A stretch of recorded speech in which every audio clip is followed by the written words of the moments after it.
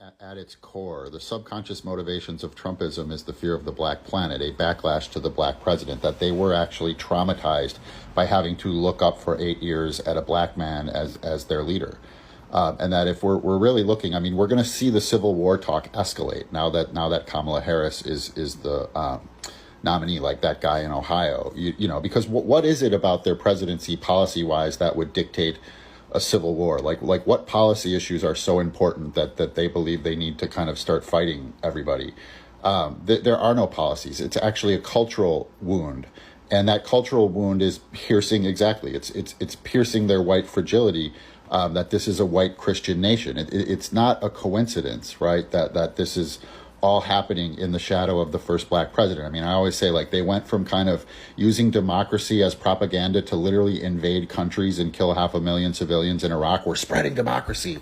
And then there's a black president for 8 years, and now democracy is a dirty word, and they want a white dictator. They want a white king. They want a white king because they never want another black president. It's literally that simple. And so, you know, in a certain way, Kamala Harris symbolically is going to trigger the fuck out of them. And we're going to see more and more of this kind of talk of separating as a nation if the other side wins, without any clear articulation of what they mean, because this is subconscious stuff. I mean, there is the conscious racism involved, but white people like really kind of like push their racism down into their subconscious, most of them. And as Carl Jung says, the things we repress control us.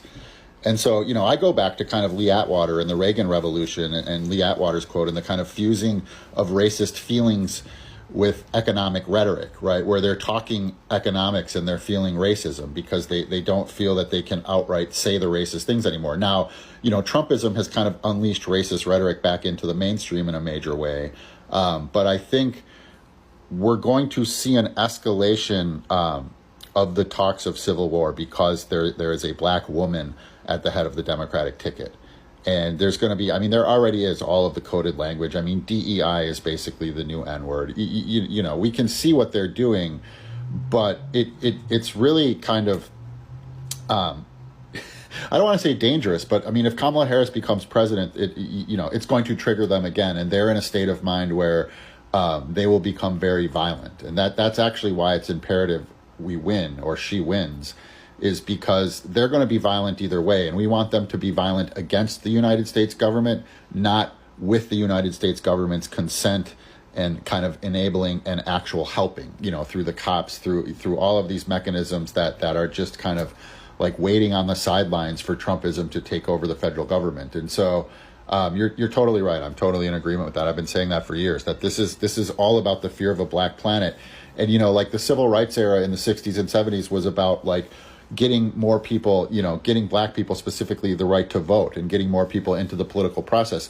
This Trumpism is now about allowing non-white people into the highest echelons of power in this country. And so the backlash is cultural, and it's being played out in the political system.